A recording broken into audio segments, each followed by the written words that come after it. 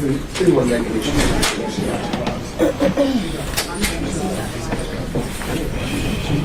Just me. Just me.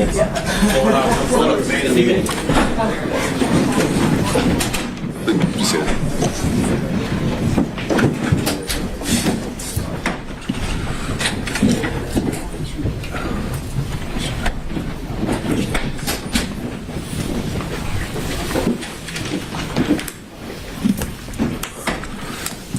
All right, we're back on the record.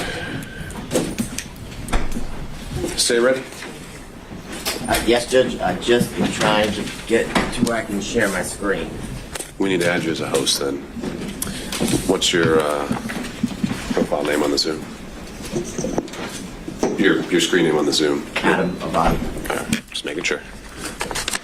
Bear with us. Do you need it right away? No, I can start without.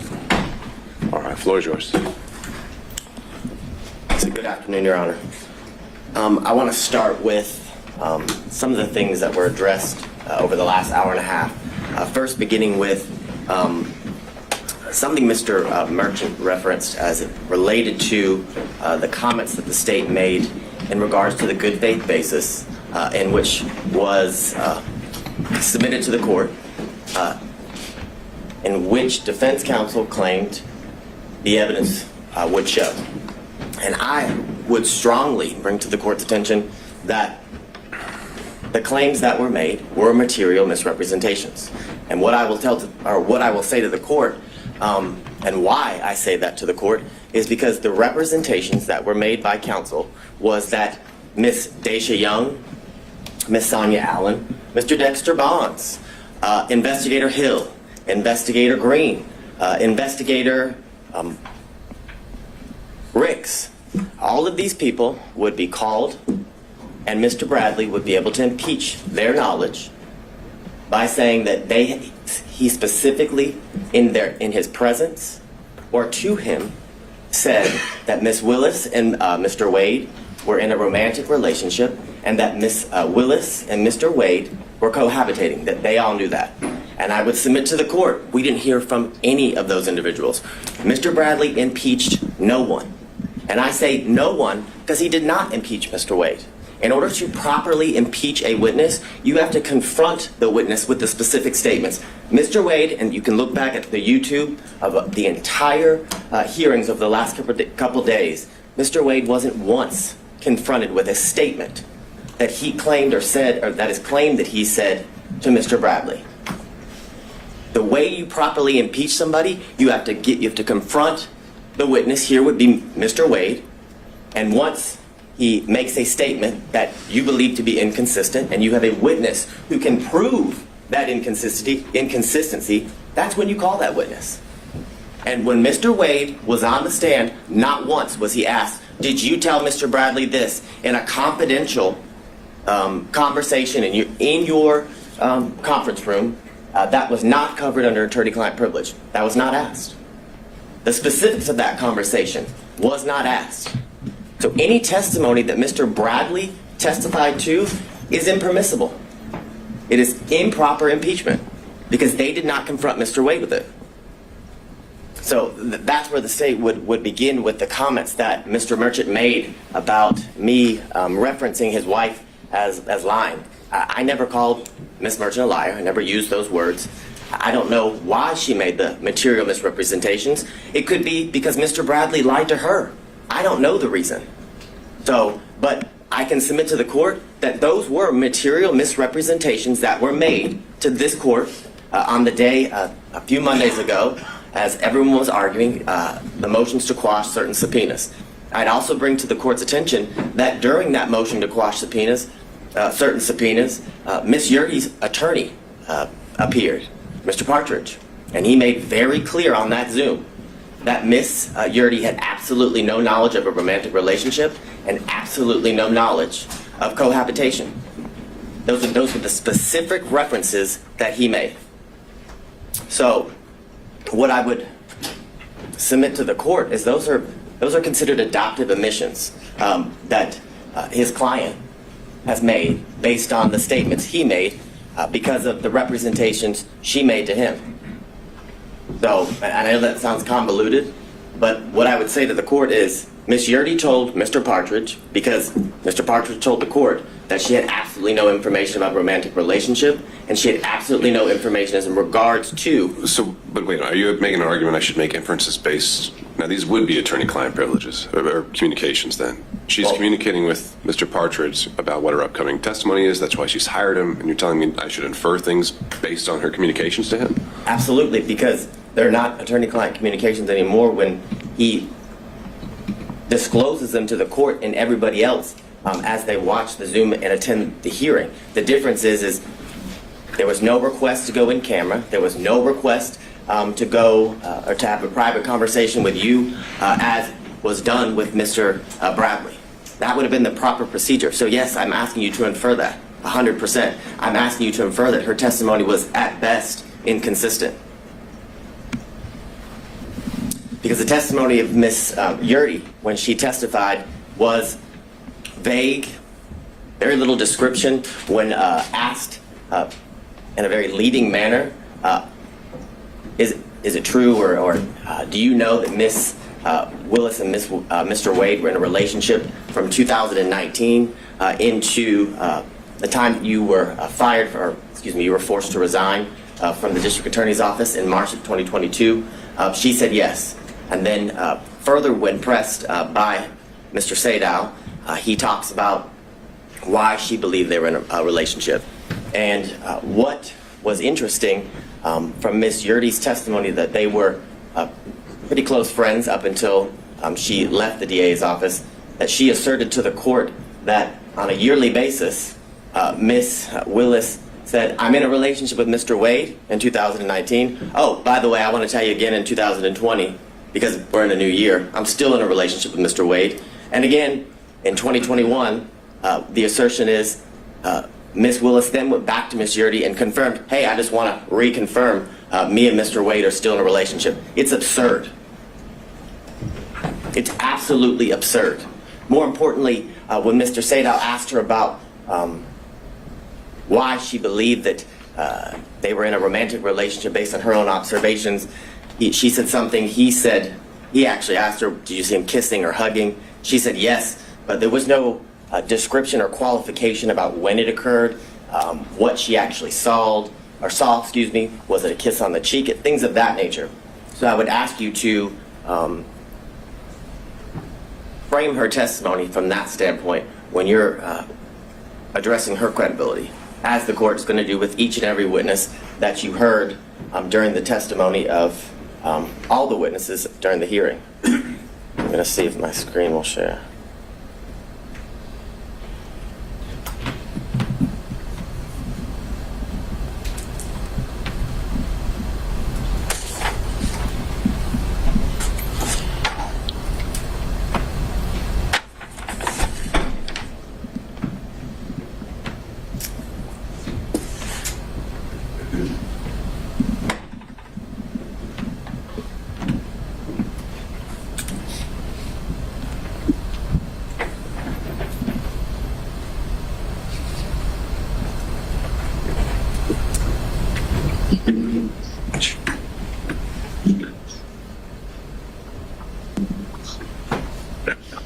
Now, I want to talk a little bit about the standard and the burden here in this instance as it relates to defense counsel and the claims that they have made in the motion to disqualify. And as I was doing a whole lot of research, I came upon this law review article from Cornell scholarship reading or publication. And they made very clear that courts have been relatively reluctant to exercise their power to disqualify prosecutors for any reason. And that goes along with the standard. What the state would submit to the court is that the defense has to show an actual conflict. And in this instance, they have to show it. The actual conflict would be that Ms. Willis received a financial benefit or gain and did it got it based upon the outcome of the case. It doesn't make any sense. It makes absolutely no sense. And during the 3 days of the extensive testimony of all of the witnesses, and the prolonged examinations of the witnesses by multiple defense counsel, they still got nowhere. We're in the same position we were in on Monday. The same assertions that were made on Monday have no answers today as we before Your Honor. They were not able to provide any evidence as to, or to the contrary of Ms. Willis and Ms. Wade's assertions of when their relationship began. There's absolutely no evidence that contradicts that the relationship did not begin later than or around March of 2022, Your Honor. I further submit to the court, because of this failure, that their assertion or their request that, one, the indictment be dismissed. There's absolutely no evidence that the defendants in this case, their due process rights, have been harmed in absolutely any way. There was zero evidence. Not a single shred of evidence was produced through any of the exhibits or the witness testimony showing how their constitutional rights, their due process rights, were at all affected by the relationship that began in March of 2022 with Ms. Willis and Mr. Wade. And because of that, the motion to disqualify should be denied, and Ms. Willis, as the District Attorney of Fulton County, and Mr. Wade, as the Special Prosecutor assigned to this case, should be allowed to remain on this case and continue to prosecute the case to the end, Your Honor, until the trial is set by the court and is to begin. Now, the issues, obviously, you've heard a lot from defense counsel as to what the issues are for you to, I guess, determine. And here would be the state's contention, is that you must find that there's an actual conflict if you were or are to come to the conclusion that you should disqualify Ms. Willis and the District Attorney's Office. And looking at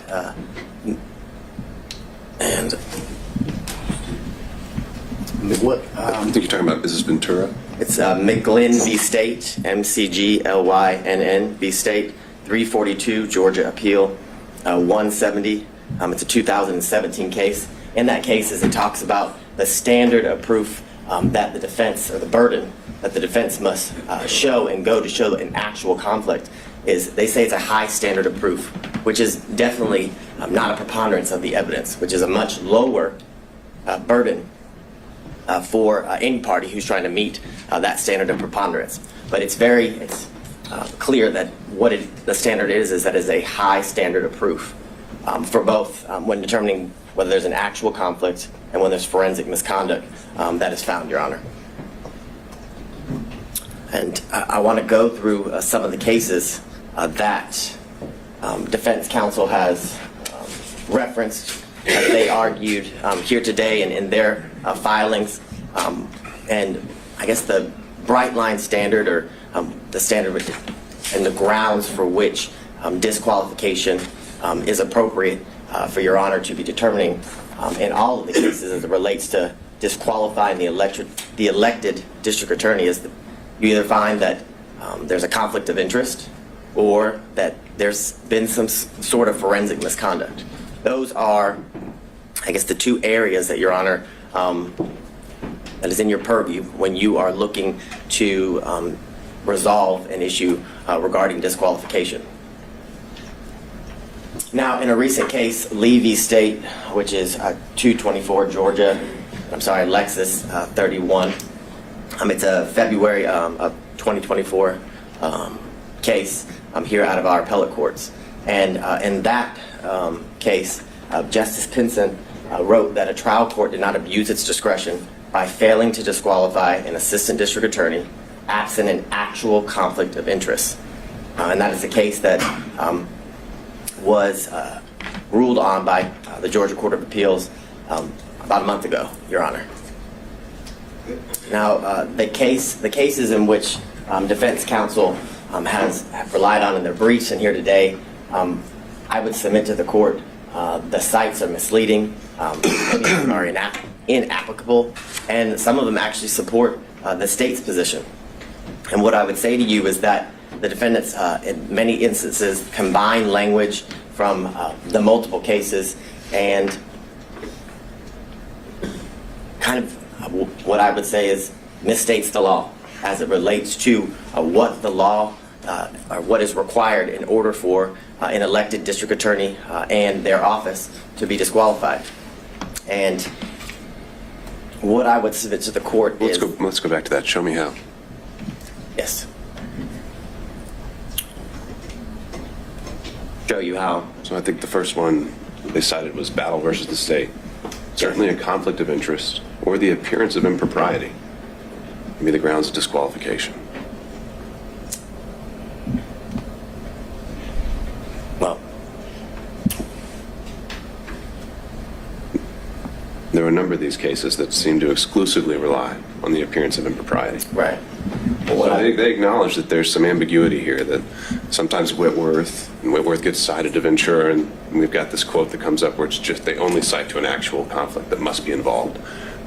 They acknowledge the ambiguity. You're saying there's no ambiguity whatsoever. I am saying that, and why I am saying that, why I would submit it to the court, is in all of those cases, they do reference the appearance of an impropriety, but they reference that because they also find there's an actual conflict in each one of those cases. So your position would be, your review of the case law, there's never been an appellate opinion that relied only on an appearance of propriety. As it relates to a prosecutor or district attorney, yes, that is what I'm saying. What I would say is in those cases, they do reference the fact that there is an appearance of impropriety, but they reference that fact because when you have an actual conflict, there's always an appearance of impropriety. And those are what those cases stand for. And I guess that is the main example of what I reference as they kind of combine the language from separate and different cases and tell you that the standard is an appearance of impropriety. And I would submit to the court that is not the standard. And in my first reading, like Your Honor, I did notice that the cases each reference the appearance of impropriety, but also that appearance arose from the fact that the court found an actual conflict in each one of those cases. So I won't belabor the point in going through all of the cases that the defense had cited, but what I would submit to the court in reading those cases is that I found that they kind of fell into 5 categories, that some that didn't concern disqualification at all, some that determined or that were about, I call it divided loyalty, which is a conflict that arises from becoming a prosecutor and then having represented the defendant prior to becoming a prosecutor, and then whether there's an actual personal interest in the outcome, and then others talk about whether the defendant was denied a fundamentally fair trial at the conclusion and of the case after conviction.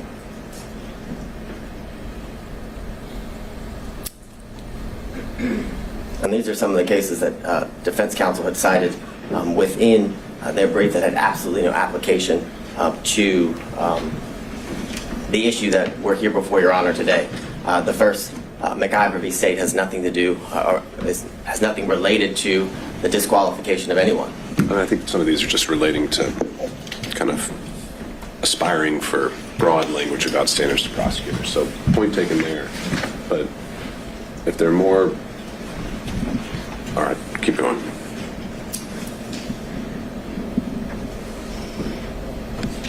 So as it relates to one of the cases that was referenced here earlier and is also referenced in some of the briefing by defense counsel is the Regency v. State, which is 287 Georgia 542, and all of the cases that fall under this, what I would call category, is about a attorney who formerly prosecuted a defendant in I guess the same type of case or the same case or similar charges, and that would be why the courts found that disqualification would be necessary because of the relationship that existed between the former client and the now person who's being prosecuted, Your Honor.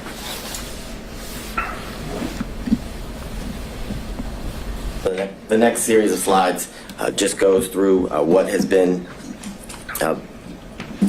addressed as it relates to the standard that is required when dealing with the issue of disqualification, and the state would contend and submit to the court that the defense must show an actual conflict in order to have the district attorney disqualified. And that actual conflict has to be in the form of showing that Ms. Willis, in this instance, received a financial benefit or gain in relation to the outcome of the case. Like many of the cases that involve personal interest, Your Honor, it's all based on a contingency fee, where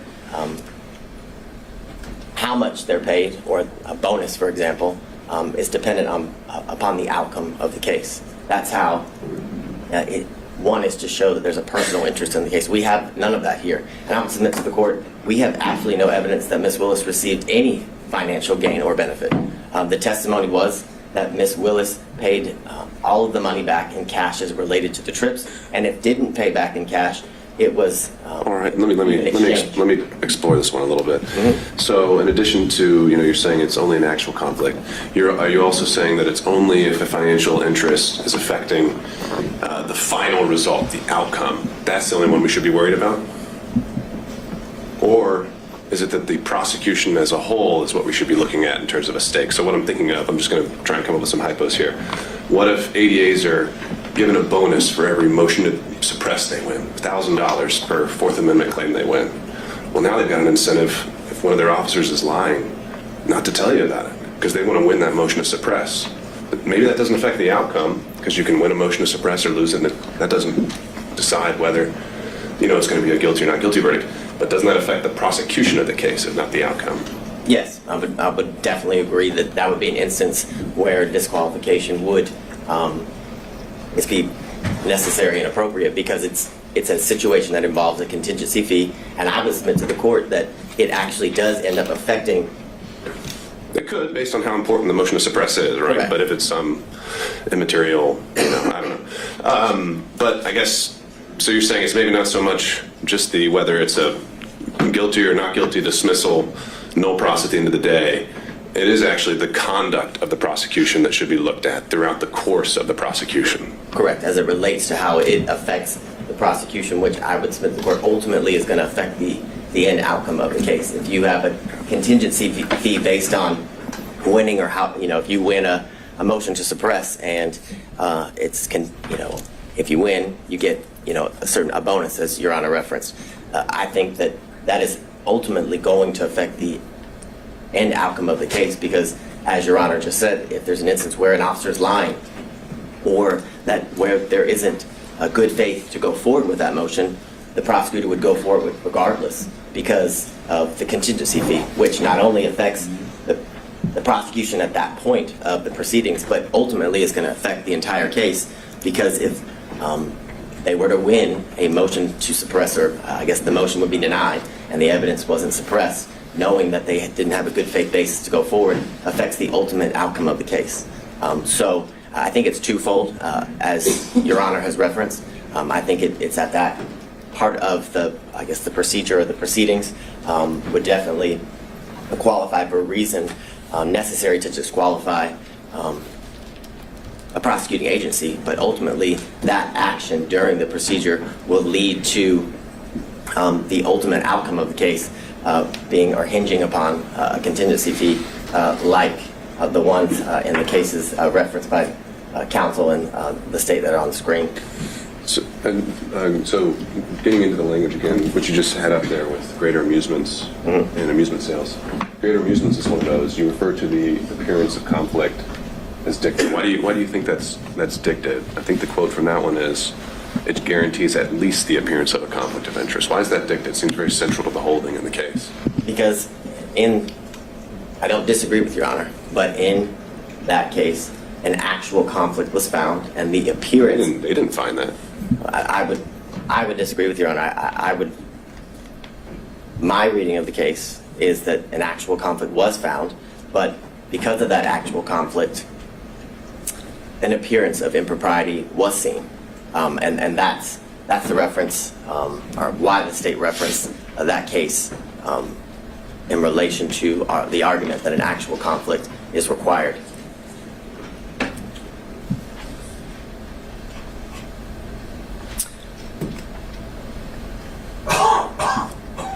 on the series of cases, Young, that was referenced by defense counsel, as well as Nichols v. State, are both instances where there's a personal interest in the case due to the situation and where at one point they were opposing parties. And of course there's a personal interest or stake as it relates to prosecuting an opposing party in a civil claim, which are what both of those cases reference, which shows that there's an actual conflict of interest that relates to the personal gain of the specific prosecuting agency. And what do you make of Nichols' reference to, it's an older case. Sometimes the language can be, we're not accustomed to seeing that there's, they refer to the metaphor of Caesar's wife. And generally when that's used as a ethical standard, that's something that goes beyond just an actual conflict, right? Isn't the beyond reproach getting more into appearance world?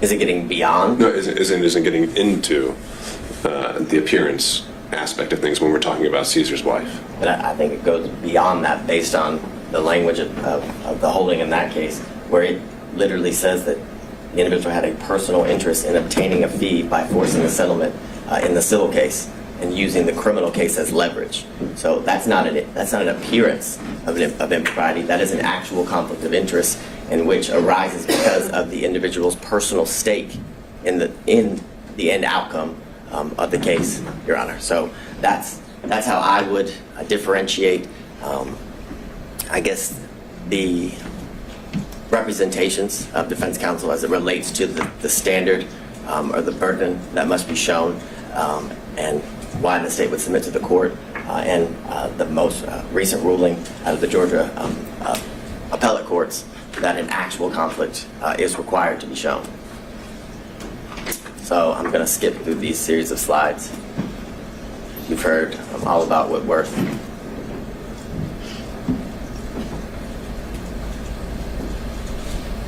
So I go back to what we referenced earlier, or what's been referenced by all parties, that the grounds in which a district attorney can be disqualified is where a conflict of interest is found, and where there's forensic misconduct that is found. Those are the two grounds that are to be, I guess, are within the purview of the court as it relates to the issues here.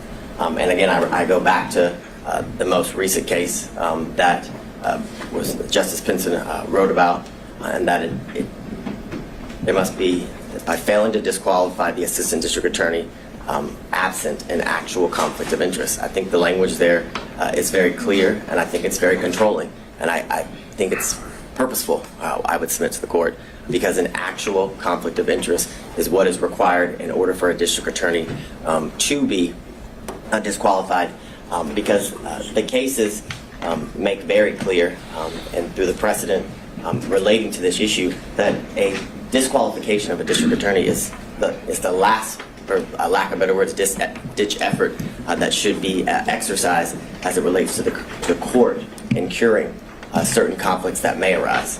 I think the case law is very clear that every effort is supposed to be made instead of, or I guess in lieu of, disqualifying the district attorney unless an actual conflict of interest is what's found, Your Honor.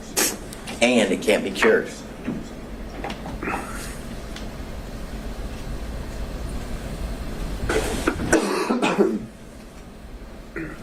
So what I would reference to the court, as was brought up earlier in Lyons v. State, 271, Georgia, 639, a 1999 case where it talks about a theoretical or speculative conflict will not impugn a conviction, meaning that speculation, conjecture, things of that nature, assumptions are not enough for anything to arise to an actual conflict. And what I would submit to the court as well, that goes to the fact that what it has to be shown is an actual conflict. If it's speculation... Is there any qualifier there, though, that's in a post-conviction context? So we're talking about, competent evidence. We're obviously in a pretrial phase here. I've wondered how much import to give that sentence when we're in a pretrial realm. That's assessing whether to overturn a conviction, and usually that's kind of an entirely different standard where we assess as a totality: was there a fair trial? Is there harmless error? I know there's no harmless error when it comes to disqualifications, but just a thought. If you have any reactions. Well, I think what Your Honor just said is pretty on point in the sense that if it's found that if the trial court either applied the wrong standard or should have disqualified the district attorney, it leads to an automatic reversal, like you said, and it goes back to the trial court. And I think that is very enlightening in the sense that that's only done if an actual conflict is shown, and the fact that it can't just be theoretical, speculative, or assumptions that would lead to the appearance of impropriety, the appearance of a conflict that would lead to I mean, I guess I'm borrowing kind of from, as we've been doing the other pretrial motions, special demurrers seem to get different treatment pre-trial and post-trial. Post-trial, they get more of a pass unless you can show some issues, and I'm wondering if that same principle applies here with disqualification. Well, and but I don't have the answer to that. Well, what I would also say, and I don't remember the exact line, but I know there in Judge McBurney's order, he does address some of the concerns as it relates to the standard as it's applied post-conviction versus pre-trial, during pre-trial issues. And what I would say to the court is that... So you're citing that in support? Because I didn't think the state was all that pleased with the analysis he applied. Well, what I'm citing... legal analysis, that is. I'm citing what you specifically referenced as to the standard that is to be applied pre-trial and post-trial, whether it makes a difference. And what I would say to the court is the answer is no, as it relates to the speculative nature of the allegations or the claims made by defense counsel as it relates to whether a conflict actually exists, Your Honor. What I can't do at the moment is point exactly to the page. At the end of the state's argument, I can give you the page number as it relates to Judge McBurney's order. I think I know what you're talking about. The footnote where you references the appearance standard. Yes, All right. correct. Okay. Further, in Lamb v. State, 267 Georgia 41, on page 42, it's a 1996 case where the court says, nevertheless, the conflict must be palpable and have a substantial basis in fact. A theoretical or speculative conflict will not impugn a conviction which is supported by competent evidence. Now, I understand as it relates to the post-conviction factor or the status of the case being a post-conviction based on Your Honor's earlier inquiry, but I would submit to the court that as it relates to the issue of disqualification, that the standard is the same whether it's post-conviction or pre-trial. In Bloomfield v. Bornstein, which is 247 Georgia 406, it's a 1981 case. In that case, it says the appellees have not shown us a case where a per se rule was applied to disqualify an attorney on the basis of an appearance of impropriety alone. The Georgia cases cited by the appellee do not stand for the proposition that a trial judge is authorized in Georgia to disqualify an attorney solely on the basis of an appearance of propriety, which further goes to the state's submission to the court that the standard is that an actual conflict must be shown, and that conflict that arises shows that there's a personal stake of the district attorney as it relates to their personal financial gain that's being alleged.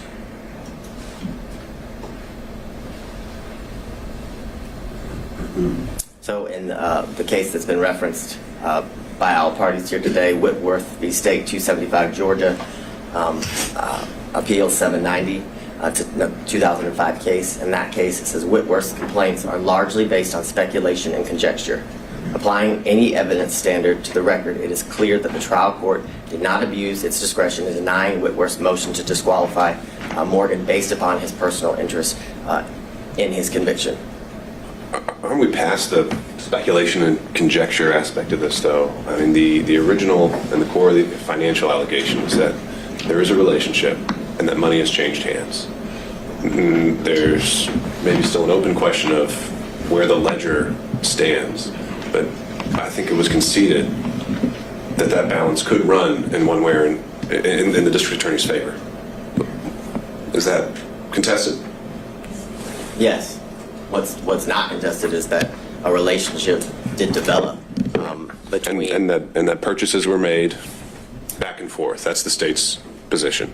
That is the state's position, but they were made back and forth. The purchases were made back and forth, either to equal the money that was spent by one party or the other, and if that wasn't done, cash was exchanged in order to equal the costs that were paid by either one of the parties. Right. But that's a facted issue, whether it was, split even, or whether it goes a little bit one way or another, or whether it's all the way $10,000 one way or another. That's a fact and issue as a result of the hearing, but it's no longer just the theory that money changed hands is no longer speculation or conjecture. Well, I agree that money actually changed hands is not speculation and conjecture, but whether that money that changed hands had any financial benefit or gain to the district attorney, that is all speculation and conjecture. I would submit to the court. Absolutely all speculation and conjecture to harass and honestly embarrass the district attorney based on some of the questions that were asked that had absolutely nothing to do with the proceedings that we were here. For example, the lien on her alleged house. That was highly irrelevant, had nothing to do with the proceedings and the exchange of money between the district attorney and Mr. Wade. And the point of that line of questioning was to, again, embarrass and harass the district attorney in a way that was very public, and in a way that was to impugn her character as it relates to that line of questioning in front of the court, in front of anyone watching the proceedings as it unfolded. And the language in Whitworth, I would again submit to the court, requires that an actual conflict must be shown, which is why the reference to speculation and conjecture is again a reference, because speculation and conjecture leads to or equals an appearance of impropriety, not necessarily an actual conflict, which I submit to the court is what is required based on the case law.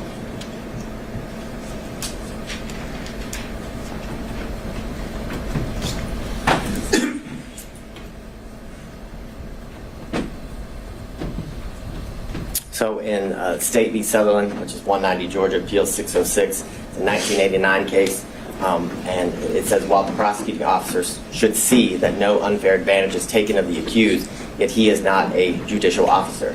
Those who are required to exercise judicial functions in the case are the judge and the jury. The public prosecutor is necessarily a partisan in the case. If we were compelled to proceed with the same circumspection as the judge and jury, there would be an end to the conviction of criminals, which goes to the premise that the appearance of impropriety is to apply to judges, not prosecutors. Because if that standard was to be applied in the manner in which the Sutherland case is referencing, then there would never be a criminal prosecution, because the state is always going to appear biased as it relates to getting justice for the victims or righting the wrong as it relates to the crimes in which the defendant is been indicted or accused of.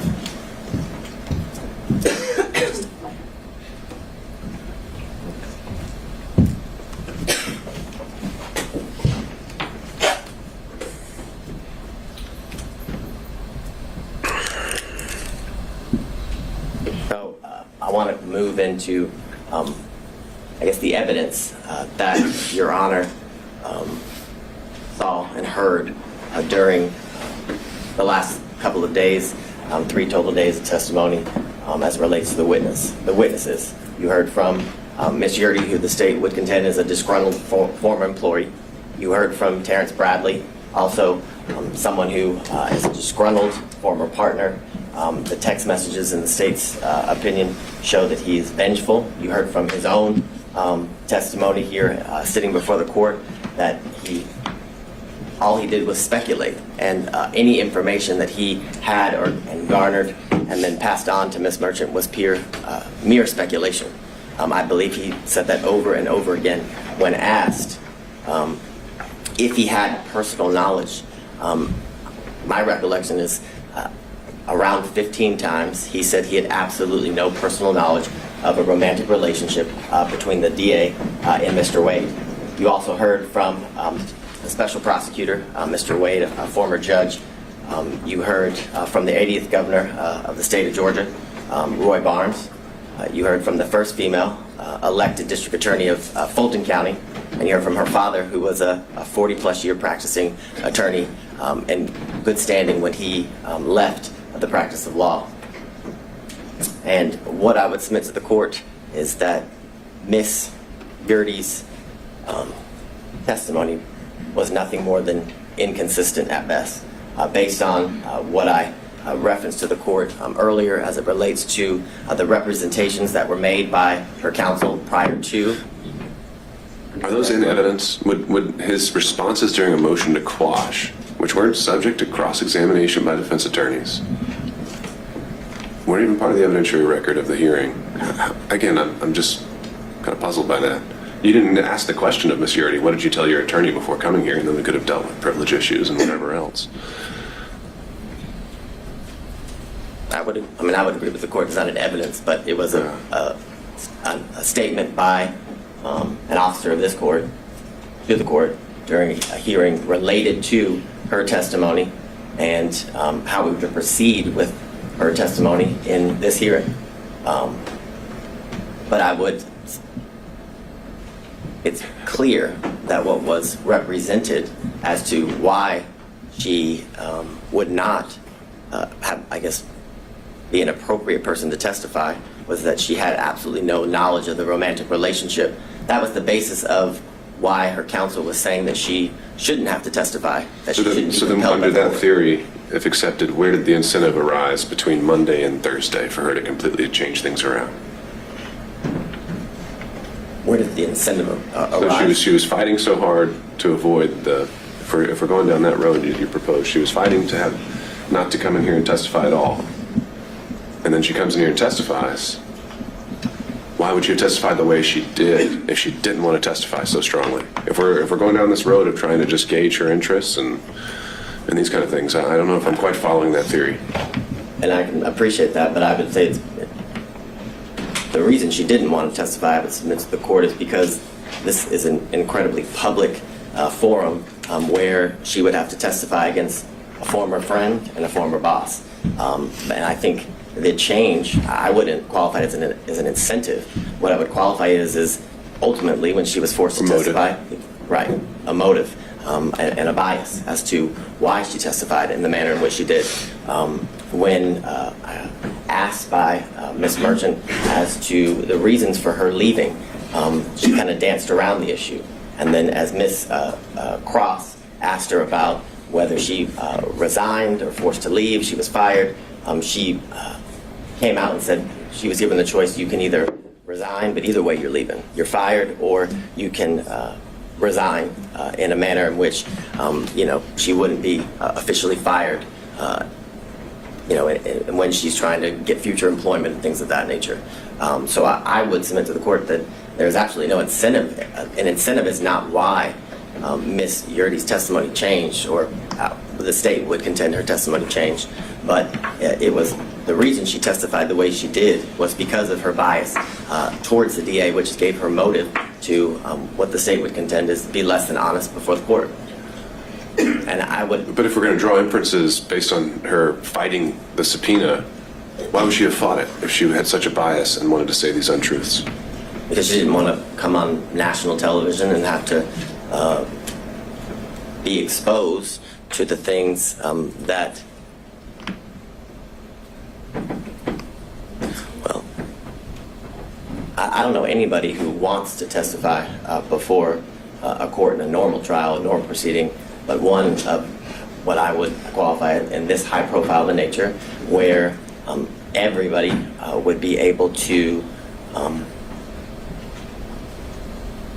watch and learn what she has to say as it unfolds in the courtroom. And I'd further submit to the court there is reference to she left the DA's office in the text message that were submitted in, I believe, what is it, Defense Exhibit 39, that it's because she released confidential information in the DA's office, from the DA's office, that led to her firing, that she wasn't. And I know I'm just because it's more conversational, which I appreciate. I know I might be getting you off script, so I don't want to use up all your time if you need to get through some other things. Next, Terrence Bradley, and I believe the one thing that the state and defense counsel can agree on, that he was less than honest at times during the proceeding and during his testimony.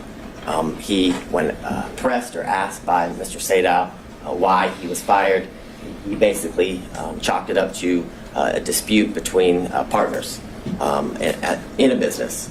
But when pressed by Ms. Cross, it was clear that that wasn't the reason.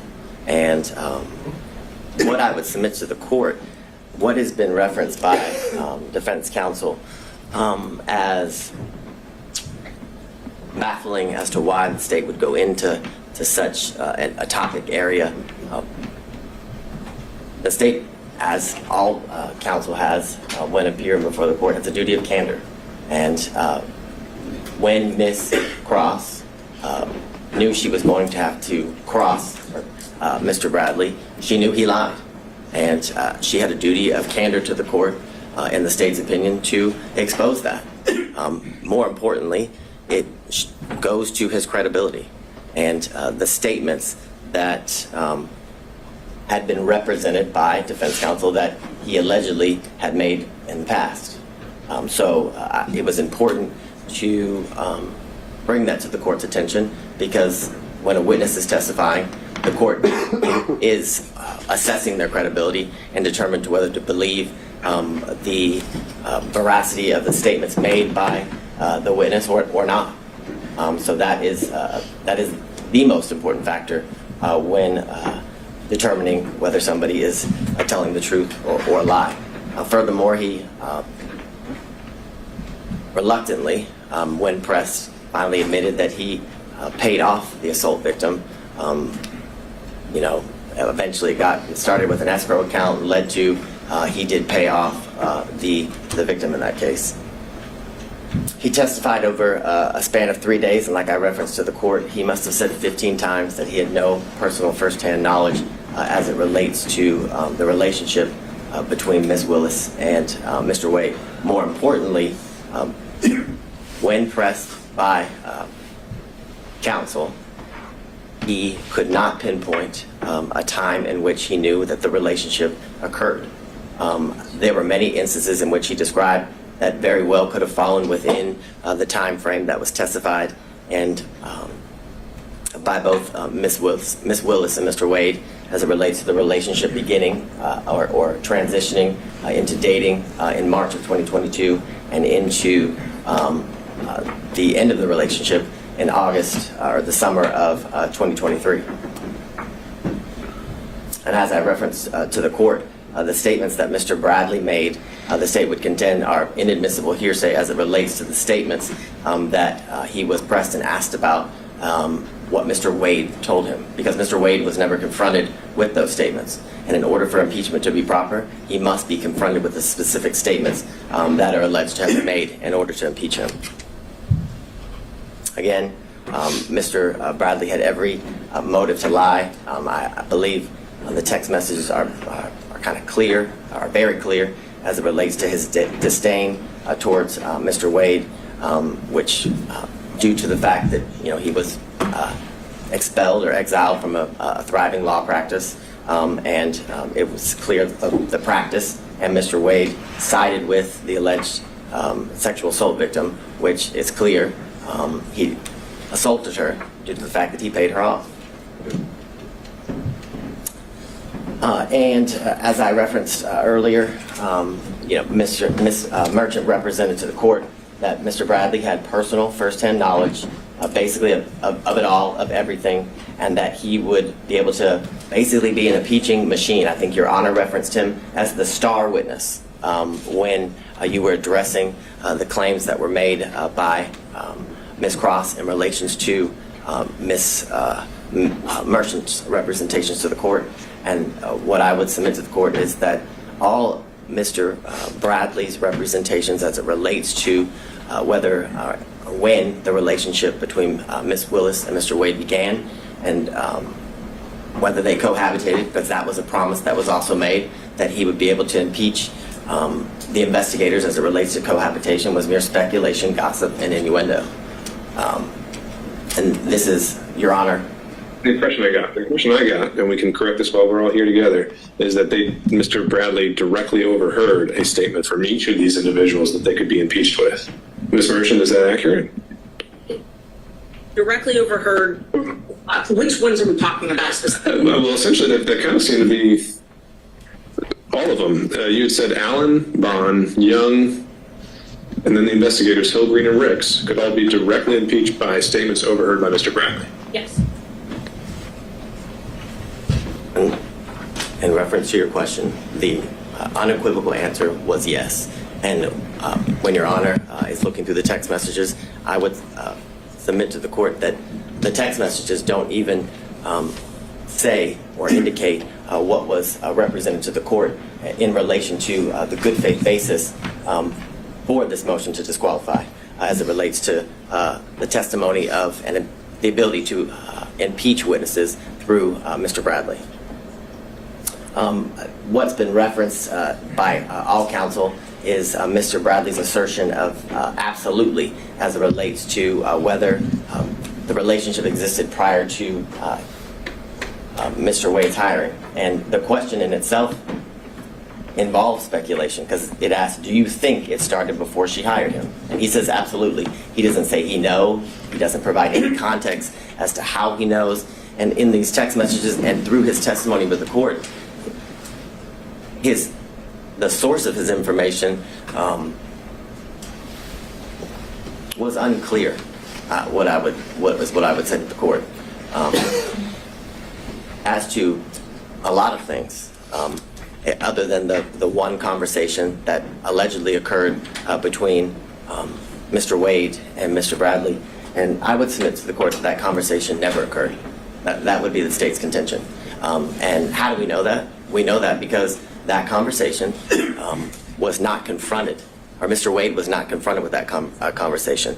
And that is evidence circumstantially, and I'd even say direct, as to that conversation non-existing. Because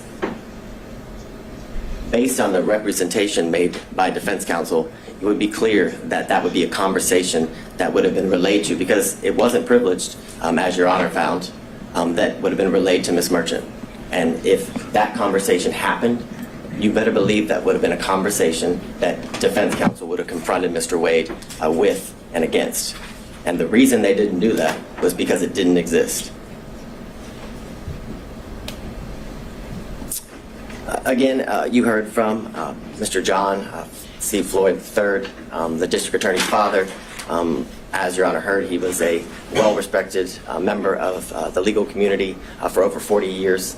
But the importance of his testimony was to provide the court with corroboration as it relates to the years leading up to the relationship that transitioned into dating between the district attorney and Mr. Wade.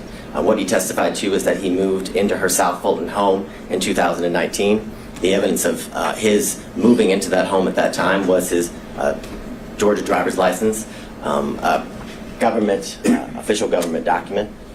He further testified that not only did it wasn't that just Ms. Willis and himself live at the South Fulton home, but that he often would see on numerous occasions the significant other of Ms. Willis that was not Mr. Wade.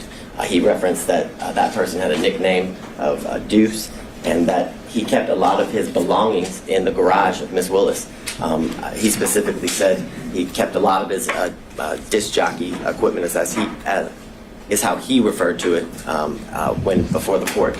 He made very clear that he had never seen Mr. Wade at the South Fulton home that is owned by Ms. Willis.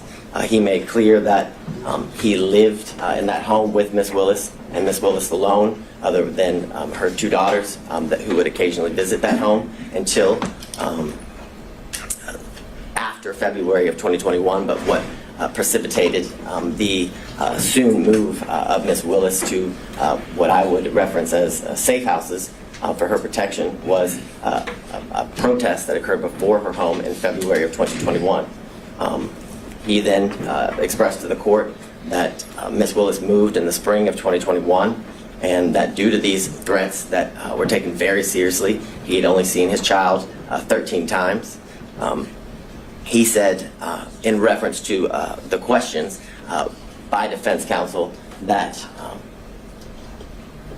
were in a,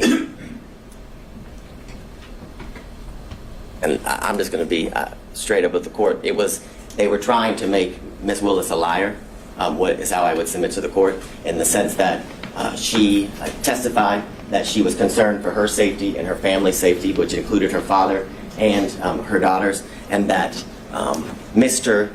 Floyd remaining in that home kind of rebutted all of that, made it so it wasn't true.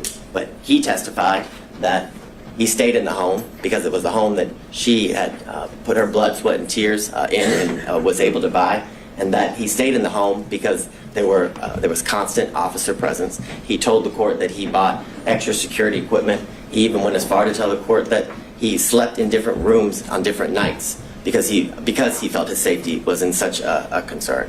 So I would submit to the court that line of questioning was done in an attempt to discredit Ms. Willis, but failed. Would be how the state would characterize it. Then he testified about the first time that he did meet Mr. Wade, which is in 2023 here at the district attorney's office, and he talked about how he kept cash in his home and why Ms. Willis kept cash in his home. And what the court should take note of is the state didn't ask Mr. Floyd about the cash in his home. That came out through the cross-examination of defense counsel. So there was, I guess, an implication that Mr. Floyd only did so due through his preparation with the state and his hearing and seeing news articles and clips related to the testimony that had occurred prior to him. But I would submit to the court that it's telling that that information came out through questions that were asked by defense counsel, which gives credibility to the statements that were made. And he further explained as to why he taught his daughter to keep cash in the home as it relates to financial independence and having a safety net. It was further testified that he had multiple safes and that he gave Ms. Willis his first lockbox, or her first lockbox, for situations as she described when she was testifying. And what I want to make clear is during Ms. Willis's testimony, it was pressed about the cash and where she kept it, did it follow her, where she laid her head, and things of that nature, trying to further discredit the practice that she had as it relates to keeping cash in her home and why she had the ability to pay cash to Mr. Wade and other people and for other situations. And what the court should take note of is that there was no evidence that controverted that at all. Where was the evidence that controverted Ms. Willis's claim and practice of keeping cash in her home? There was none. In fact, the only evidence was it was substantiated through the testimony of her father, Mr. Floyd.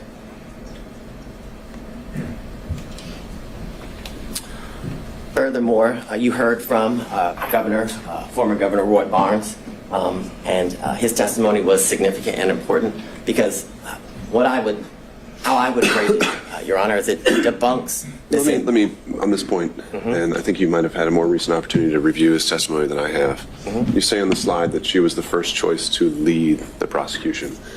Was that actually his testimony, or was his testimony that he was asked to come aboard? Did he use the words that he was asked to lead? Yes, it would be that's my recollection, that he was asked to lead the prosecution. He was asked to he was asked to fill the position that Mr. Wade is currently in, which is the lead prosecutor. It was said in that way as well as it relates to the testimony of Mr. Barnes. So I think it'd be very clear. My recollection is that he said lead, but what I can submit to the court that I know he also said that he was asked to fill the position that Mr. Wade is currently filling for the state of Georgia, which is the At lead that prosecutor. time, as special grand jury prosecutor. Right. Yeah, the special, I guess, yeah, as the special prosecutor, lead the investigation, which led to the ultimate prosecution that we're here before Your Honor today. He also indicated that the reason he turned that job down was because it didn't pay enough. He said he had mouths to feed at his law firm, and that he also didn't want to live the rest of his life with bodyguards, because he had lived that for the years in which he was the governor of Georgia. Furthermore, he confirmed the qualifications of Mr. Wade, which I still find it quite interesting and confusing as to attacking Mr. Wade's qualifications, in that it's almost as if Mr. Roman's counsel is asking that the state put a prosecutor on the case that she sees to be more qualified to attempt to convict her client. It's an interesting argument, and it's one that makes no sense. Furthermore, if you were to believe the claims and allegations as it relates to Ms. Willis' personal stake in the prosecution, the receiving of financial benefits and gains, then you'd have to believe that she was also dating Roy Barnes, the former governor, and Gay Banks, in addition to Mr. Wade. If she has this grand plan scheme in order to profit off of the prosecution of this case, because that's what they're saying. Or they're saying that she telepathically or prophetically was able to know that Mr. Barnes and Mr. Banks would turn down the position so she could then hire Mr. Wade. It's ridiculous. It's absurd, and it's desperate. It's a desperate attempt to remove a prosecutor from a case for absolutely no reason, Your Honor, other than harassment and embarrassment. This slide, and we've been through a lot of the testimony. And I should be clear there, it was not introduced in evidence that Mr. Banks turned her down, right? How's that part of the record? Well, I'd ask the court to take judicial notices, has been asked repeatedly. Unless the district attorney had testified to that. I don't recall offhand.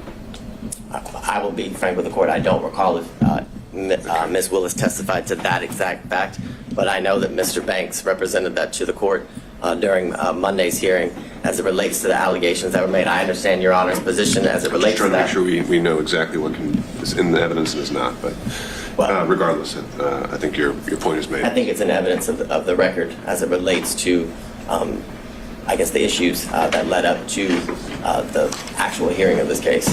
So I understand Your Honor's position, but it did come out during a proceeding that was prior to the actual hearing. This slide is just a chart showing kind of the testimony of both the district attorney, Ms. Willis, and Mr. Wade, as it relates to how they met, how or when Mr. Wade became the special prosecutor, when their relationship evolved into a romantic one, talking about the trips in which they took after their relationship evolved into one that became romantic, and when it ended. And what, again, I would submit to the court is that those facts were consistent, and the only person who contradicted that when the relationship started was Ms. Yurdi. And what I would bring to the court's attention is that it was represented to the court that Ms. Yurdi was a witness other than Mr. Bradley who could bring to the forefront this issue of cohabitation. And when pressed and when asked about it, Ms. Yurdi had absolutely no information as it relates to this alleged cohabitation. It was false. She said she had no information. She was asked about trips. She said she had no information about the trips. Yet, she's such a good friend that Ms. Willis confirmed each year that Mr. Wade and her continued to be in a relationship 2019, 2020, 2021, until their relationship ended due to her forced resignation and splintering of their friendship, Your Honor. You are I guess several exhibits obviously were tendered in.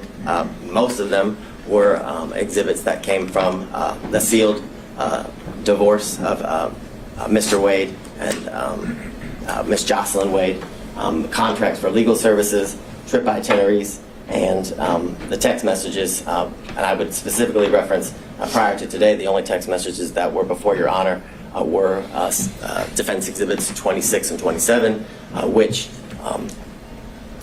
it's the assertion of defense counsel that what those show is that Mr. Bradley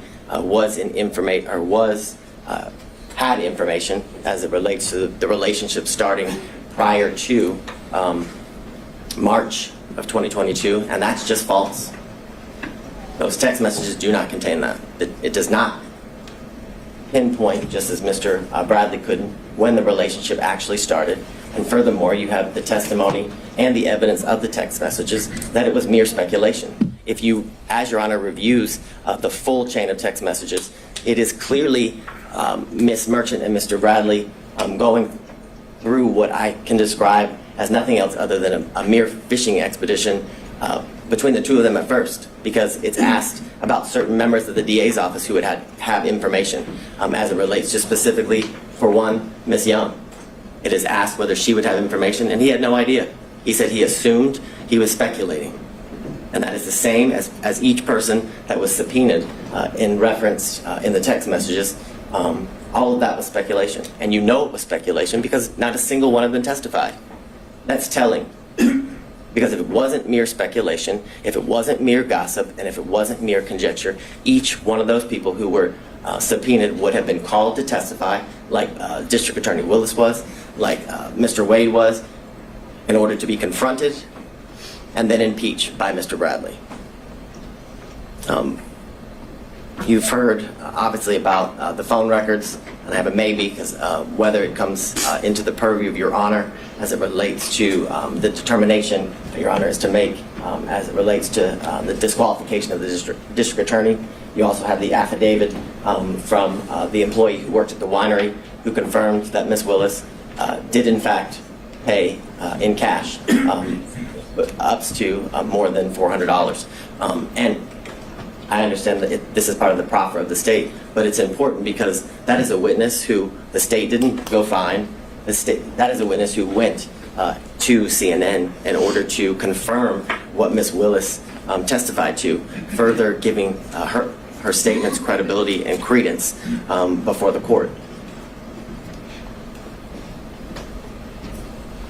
You heard about... Well, before we move on from that one, other than the foundational concerns, would you have a response to the proffer of the cell phone records?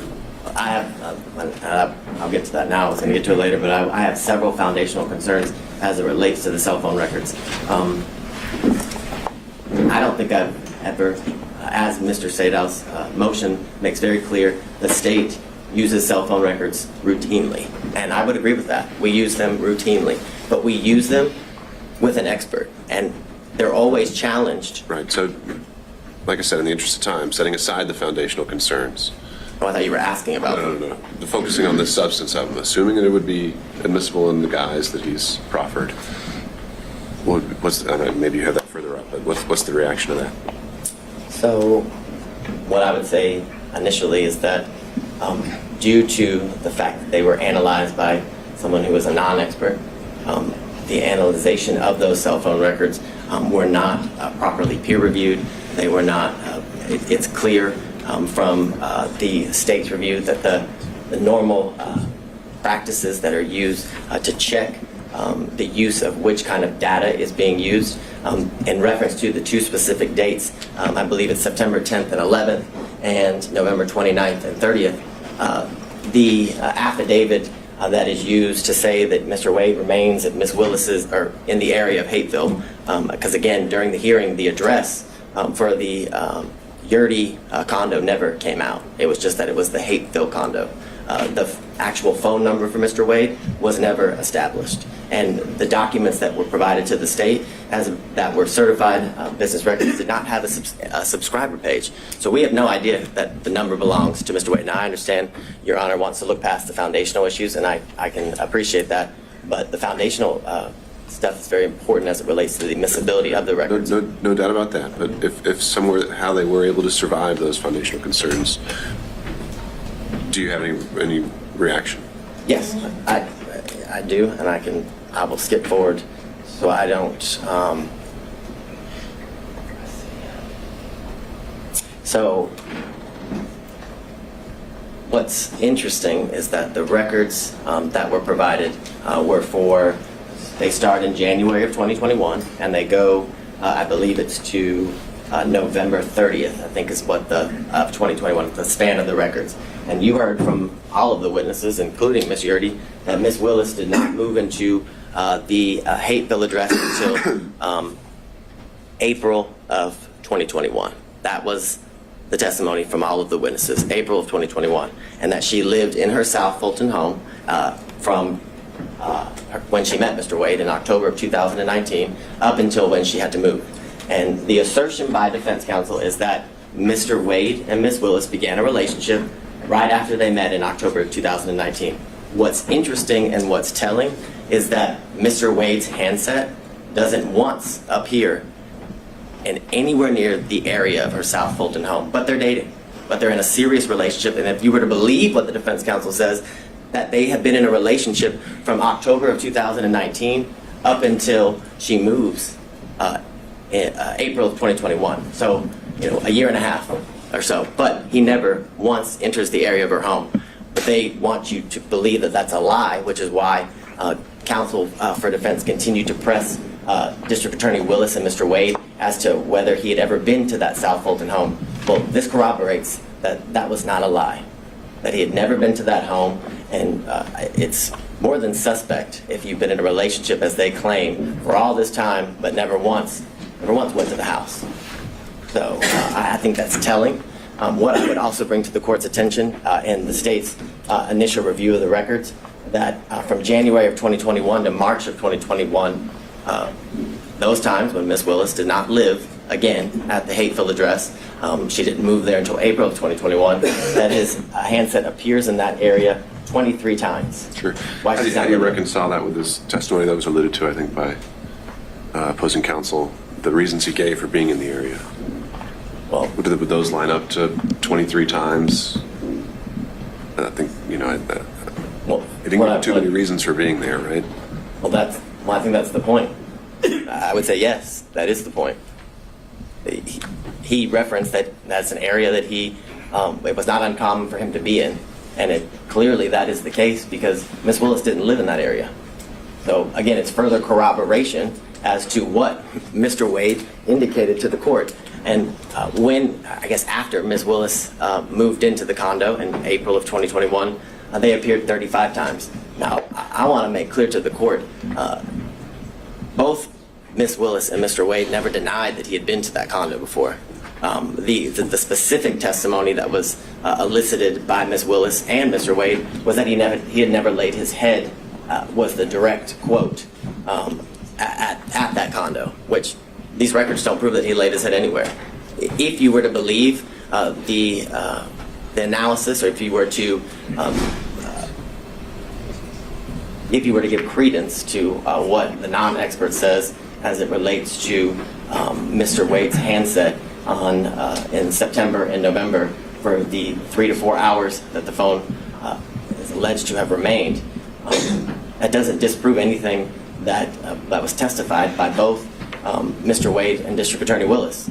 It was that he visited there. The specific hours of their visits was not something that was pursued during the questioning of both of the parties. So what I would also submit to the court is that if you look at the days as it relates to in September and November, the use, the type of information that is used to make the plots for the longitude and latitude of the handset is data records. It's not voice records. It's not SMS or text messages. It's data records. And it is not uncommon for an expert to testify as it relates specifically to AT&T records that actual data record is unreliable as it relates to the location of the handset due to the type of information that it is, that it's data. It's not the voice and the SMS, which I know, Your Honor, as has been referenced,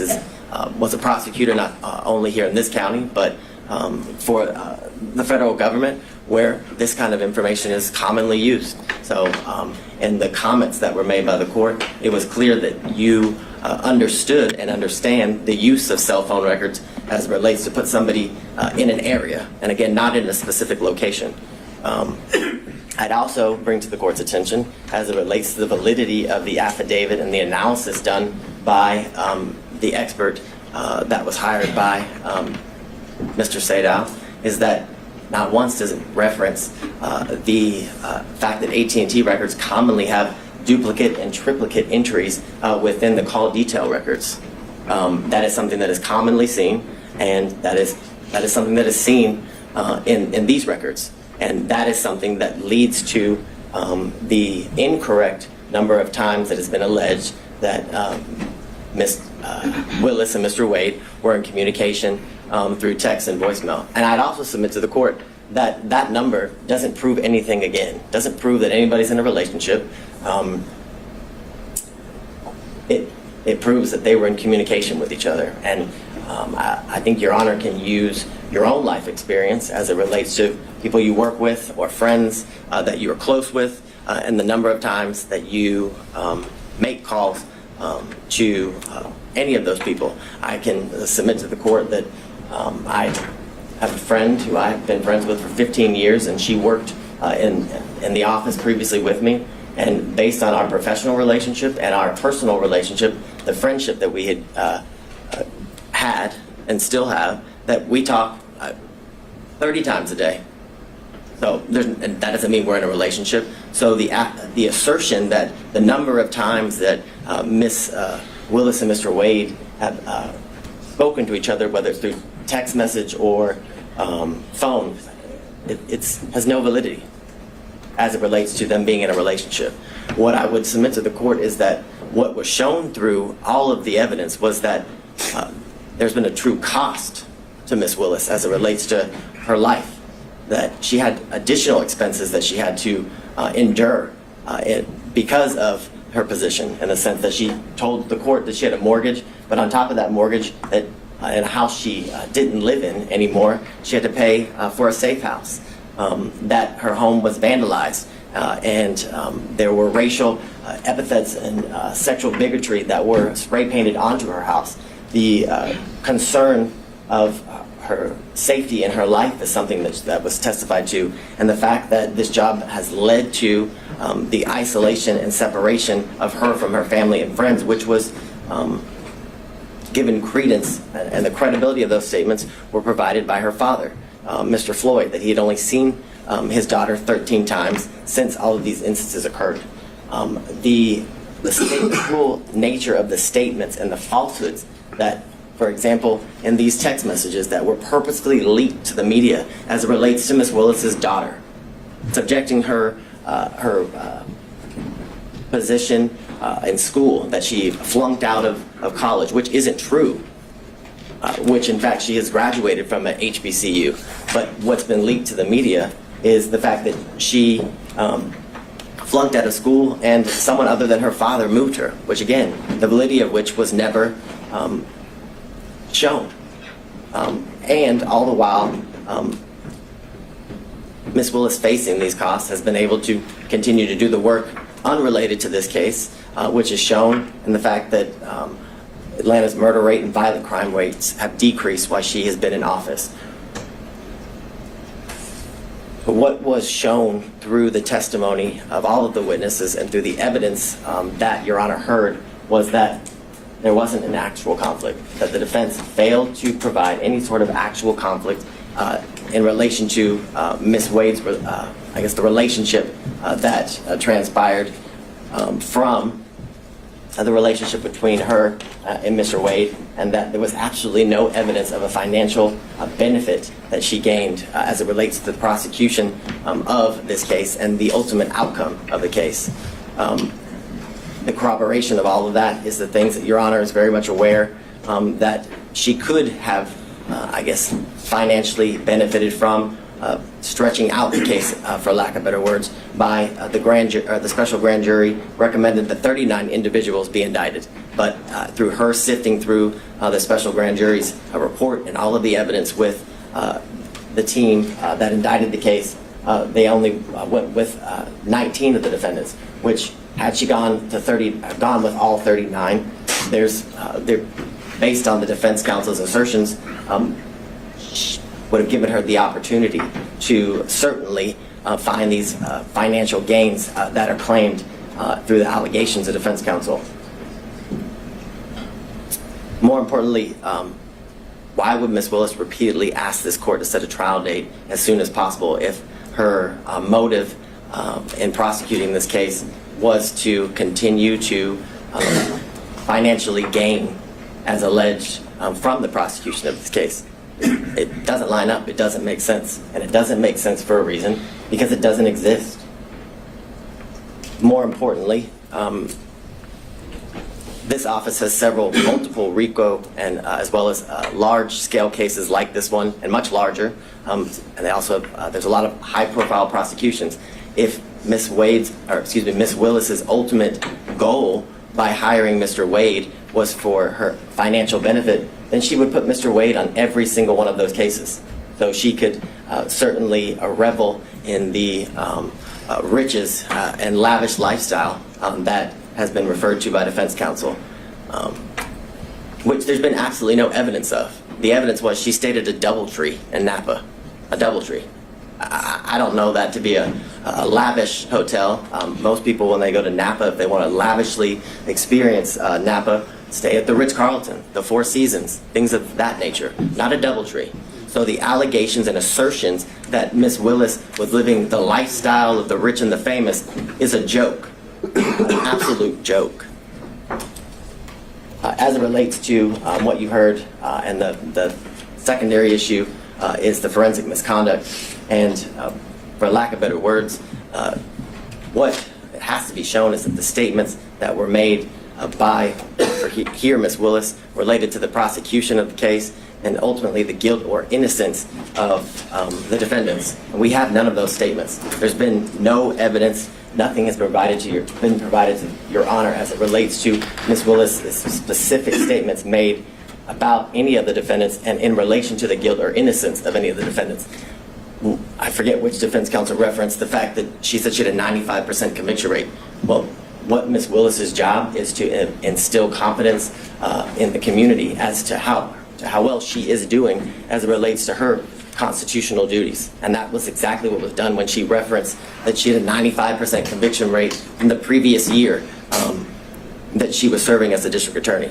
More importantly, it's been the allegations about race and religion being imputed in her speech, and that those comments were directed at the defendants at this table. And if you listen to the speech, those comments are directed at two elected or political officials. I believe it was Marjorie Taylor Greene and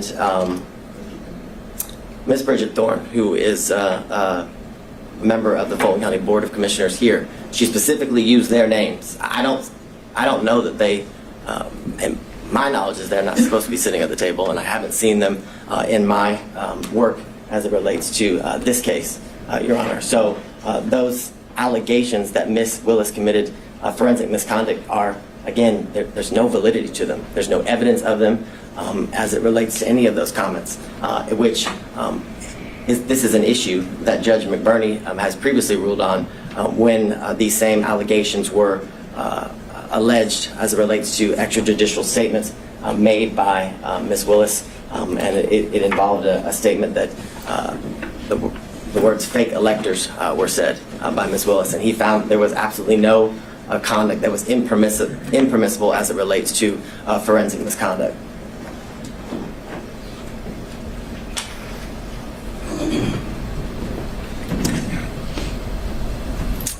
And I guess to drive home the point, at no point in any of the statements that were made and that are alleged here as it relates to the speech that she made at the church, at no point did she mention the guilt or innocence of any of the defendants.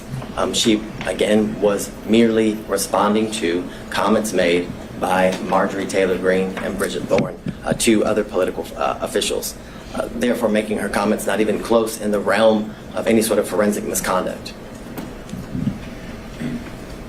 What I find interesting is that defense counsel wants to make these allegations that Ms. Willis committed this forensic misconduct by the statements that she made in her defense as two unrelated, in this case, public officials criticized the job that she was doing.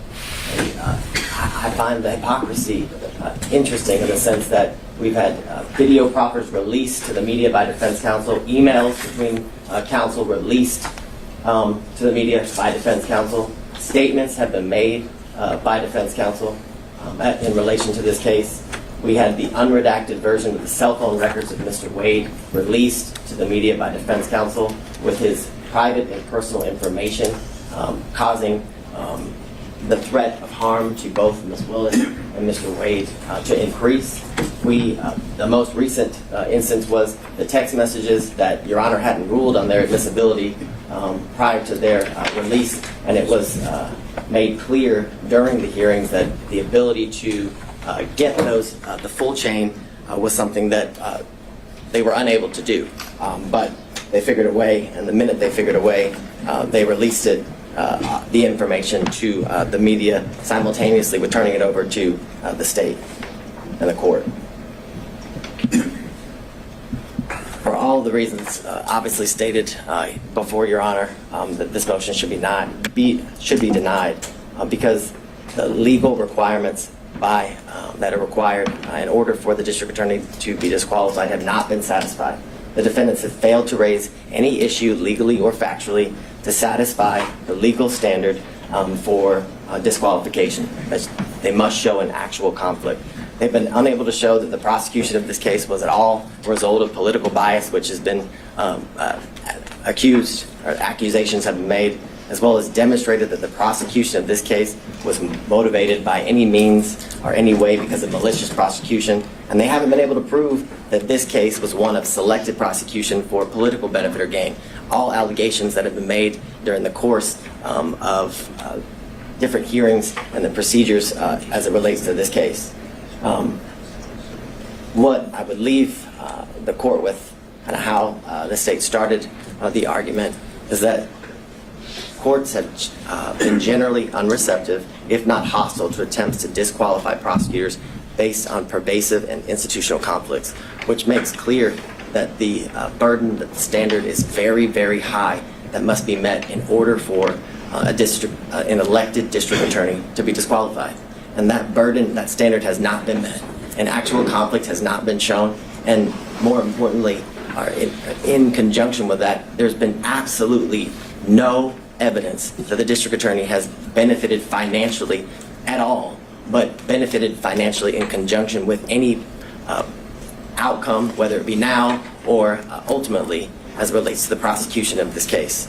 And because of all of those reasons, Your Honor, we respectfully request to deny defense counsel's motion to disqualify the elected district attorney, Ms. Fani Willis. All right, thank you, Mr. Vadi.